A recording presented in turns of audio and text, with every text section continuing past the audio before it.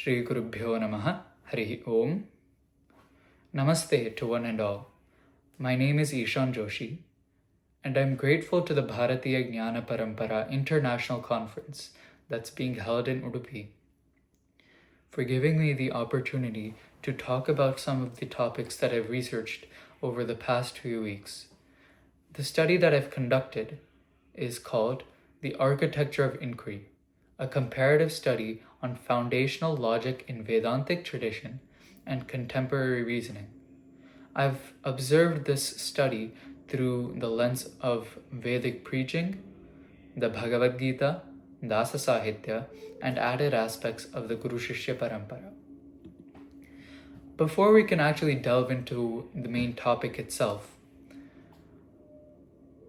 what does it mean to be a Bharatiya?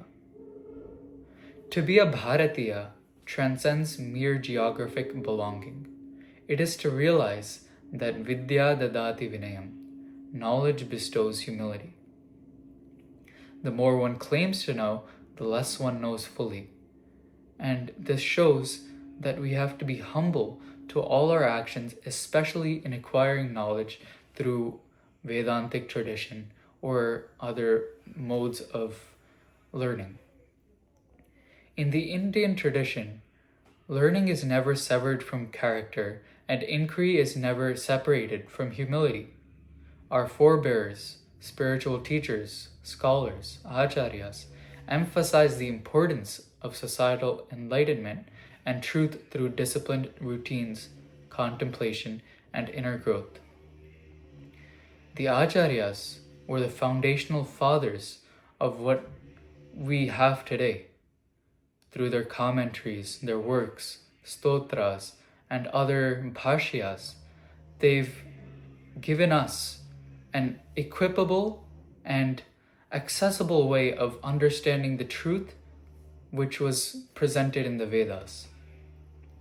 In this study, the architecture of inquiry, that emerges from the acharyas, I'd like to compare it with modern techniques of reasoning to show that what is often dismissed as just irrelevant and outdated carries wisdom that is far beyond the day and age that we live in right now. In the Bharatiya tradition, the Vedas are understood to be the ultimate truth. It's also known as an apaurusheya grantha, something that is uncomposed, impartial, and eternal. Through these three benchmarks, rishis, acharyas, and other philosophical figures discern the Vedas as the highest source of truth and knowledge. The act of inquiry, or delving into a matter, jignasa, was framed as a sacred pursuit of acquiring the imperishable knowledge of the Vedas. Before the acharyas actually stepped into it, they were like us. But with just a spark of jignasa, they began to unravel the greatest of truths. This foundational attitude is also revealed in the first aphorism of the Brahma Sutras. Om, Om, Athato Brahma Jignasa, Om. Now therefore the inquiry into Brahman.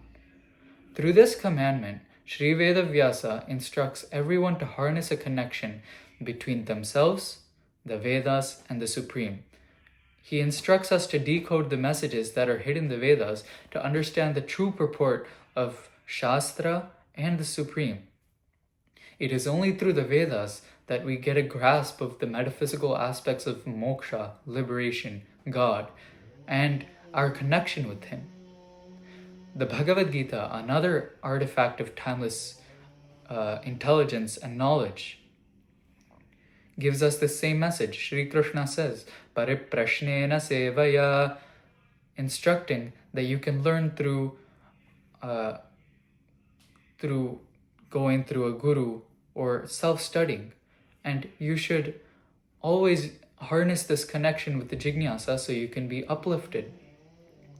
While Athato Brahma Jignasa announces the necessity of inquiry, Pariprashnena sevaya directs the seeker to it.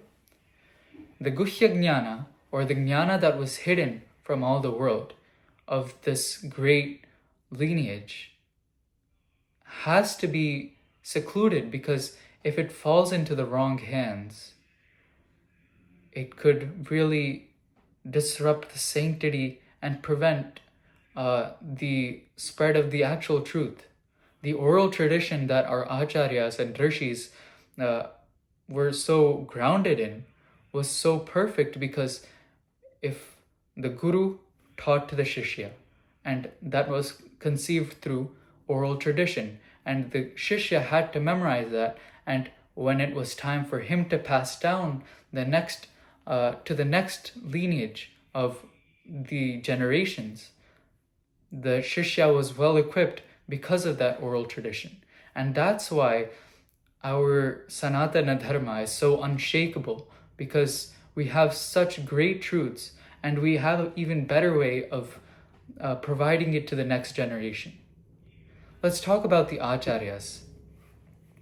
The acharyas were just, it's impossible to describe them, because they had such a closeness with any text, and wanted to get the absolute truth of that text.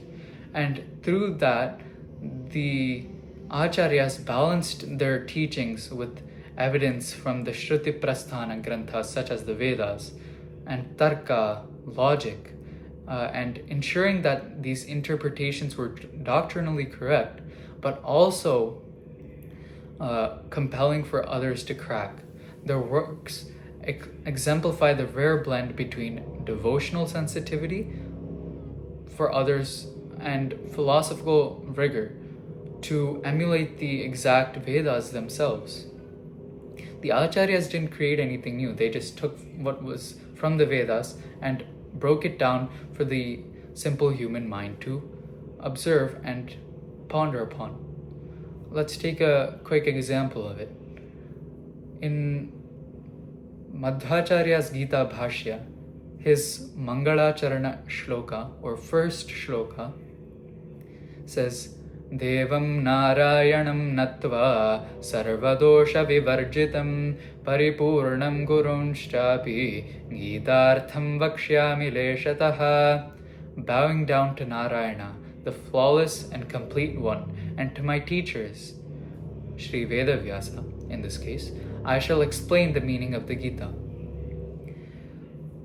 What Acharya Madhva does in this compact Mangalacharana shloka is he talks about the structure, the focal point of his argument, and also establishes philosophical precision. He mentions that Vishnu is the supreme, Devam Narayanam Natva, and he also gives some examples of what the attributes of Narayana is. In this case, he says Sarvadosha Vivarjitam Paripurnam, filled with auspicious attributes and flawless nature. Through the connection of the attributes to the Supreme, Madhvacharya adheres to the chandas, the meter of the verse, reveals truth about the Paramatma, the Supreme, advocates his doctrine, while also countering Advaita principles, such as saying that God is Nirguna. While doing all of that, he's also striking back at other philosophies and standing his ground. Through the use of these subtleties, Madhvacharya encompasses the entirety of his topic into that first verse. Another noteworthy aspect is the humility that Madhva approaches the Gita to.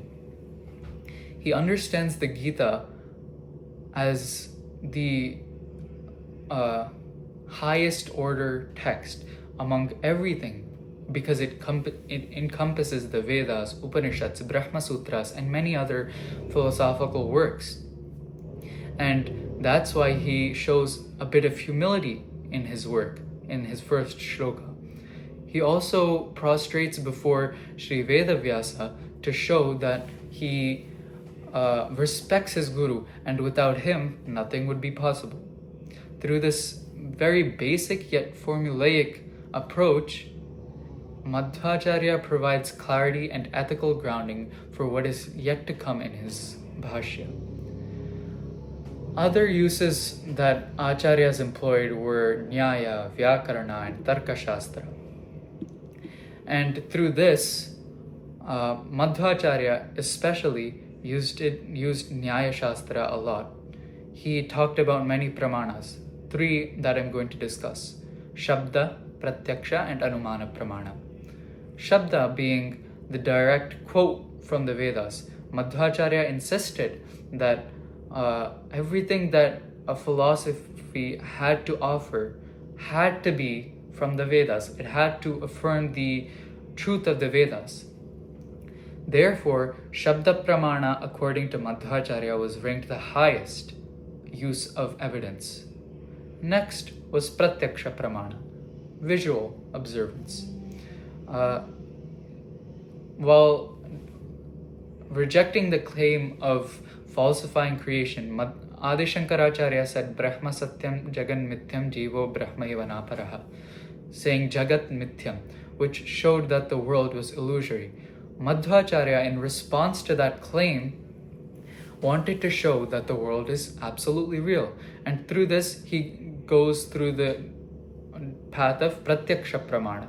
He shows that we have sensory feelings such as taste, touch, and smell, and others. And we can physically perceive the world. So he dismisses Acharya Shankara's claim of the world being illusory as false. And finally, Madhvacharya talks about Anumana Pramana, an inference. He showed that we can just feel this entire existence. Therefore, the world cannot be false, like Shankaracharya said. But Madhvacharya insists that reasoning must always be guided by Shruti teachings and not used to override it. Through this gradation, Madhvacharya identifies Shabda as the highest pramana, with perception and inference serving supporting roles to prove the truth of the Vedas. Acharyas also commonly used Vyakarana. Madhvacharya in particular included a lot of Vyakarana in his bhashyas. For example, he used dhatu prakriyas, samasa bhedas, nirukti vachanas, and many other types of Vyakarana techniques. And through this, he cemented his argument through both Nyaya as well as Vyakarana. Actually, in one of Madhvacharya's life events, it's recorded in the Sumadhvijaya, when Madhvacharya is giving a discourse on the Payasvini river. He's giving a discourse on the Vishnu Sahasranama, where he states that each name in the Vishnu Sahasranama has at least 100 meanings. He further states and cites that in the Skanda Purana, it's not just limited to 100, it can be more than 100. But the minimum that each name in the Vishnu Sahasranamas has is restricted, but not fully restricted to 100 meanings. And in this particular scenario, the disciples and the attendees of the event questioned this and thought that Madhvacharya just exaggerated the number. But to their surprise, Madhvacharya described each and every name with at least 100 meanings. And this shows that the acharyas had such a great prowess in Vyakarana and other techniques that some of us can't even comprehend. This shows that Madhvacharya and others had great grasp over this type of knowledge. Acharyas also used tarka, which argued their thesis and their main statement. In the Bhagavad Gita, it also replicates a way of life and also directly ties in with Vedanta. The Bhagavad Gita is assumed to be Brahma Vidyayam, Yoga Shastre, Upanishatsu. It's hailed to be the essence of all of these divine scriptures. And it's encompassed in this 700 verse book. And Sri Krishna, though other people cannot study the Vedas, they might not have the right to study the Vedas, Sri Krishna has put no such barrier on this timeless wisdom. The Bhagavad Gita is open and accessible for all to contemplate and make a part of their life. Lord Vedavyasa says, Gita Sugita Kartavya. Learning the Gita is a responsibility for all of us. The all-encompassing text, the Bhagavad Gita, is also an example of the Guru Shishya Parampara. When Arjuna was hesitant to pick up his weapons and start fighting, Krishna initially said, O Parantapa, O destroyer of enemies, lift your weapons and fight. He sort of sugar-coated and praised Arjuna to make him get up. But when Arjuna resisted, Krishna had to take the aggressive form of a teacher, saying, Ashocyanan vashochastam prajnavadamshta bhashase. Are you talking as if you don't have a mind? And this shows that the Guru is so immensely grounded in getting to the fact of fixing the Shishya's mistakes and understanding that the Shishya had to be in the right track. Let's look at another time period, when the Dwapara Yuga ended and Kali Yuga, when foreign invasions and Christian missionaries and other sorts of invasions that happened in Bharatavarsha, the Dasas, Purandara Dasa primarily, led the Dasa tradition to revive the ancient wisdom that was passed down from generation to generation. He not only grounded the entire core of Karnataka's Sangita, he also tied it in with Vedanta. He composed over 4,470,000 songs, Devaranamas, Ugabhogas, and musical literature to connect society and bring them toward a path of unity. In one such example, in one such song, Sri Purandara Dasa talks about Yaradu Ondagadu, Yendendiguranga. He talks about a direct excerpt from the Mundaka Upanishad, Dvasuparna Sahita Sakhaya, and that is explained so beautifully in Kannada literature, which is understandable to all. And this showed that this song expressed the sense of duality between the Supreme and the Atman.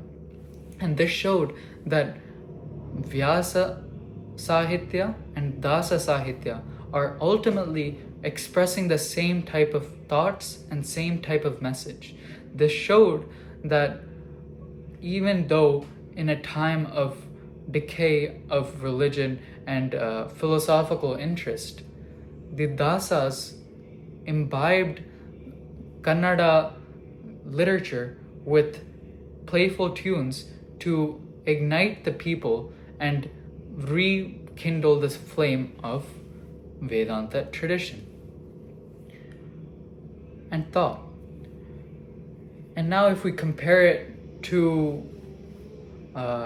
modern times, where everything is in a total disarray, it shows that we had such a vast amount of knowledge then, and it's deteriorated to this collapsing Vedantic tradition. And we can't let that happen, because it's our responsibility, with the acharyas starting it all the way from Adi Shankaracharya to now. It's just deteriorating since then, and it's our responsibility to make sure that that tradition, that rich culture still survives. The first novels and books that children used to read in those times were the Ramayana, the Mahabharata, and other great epics that showed moral wisdom and a sense of bravery and a sense of it really reignited everyone to follow the path of dharma. But now, compared to what we read now, there's no purpose of what we read. There's no moral ethics. There's nothing that we can take away from the stories that we read in schools and other public institutions. That's why we have to show empathy and we have to honor the tradition that we've been in. When we reflect on the moments of greatness from our past, recalling the countless remarkable individuals who we descend from, and by embracing their teachings and sharing the wisdom with others, we should be proud that we are Bharatiyas. True service to the acharyas, the works, the bhashyas, and other types of any types of literature that they created is spreading it. So now the real question is, do we serve this unbroken tradition, or do we sever it and never follow Vidya Dadati Vinay? I'd like to thank the Bharatiya Jnana Parampara International Conference for giving me this opportunity. I'd also like to thank my Guru, Sri Keshavarao Tadipatri, for guiding me in this endeavor and giving me this knowledge. I'd like to thank Sri Paryayaputi Matha and Sri Swamiji for giving us this tradition and making us cultivate on this path. I'm thankful to everyone. Shri Krishna Arpanamastu.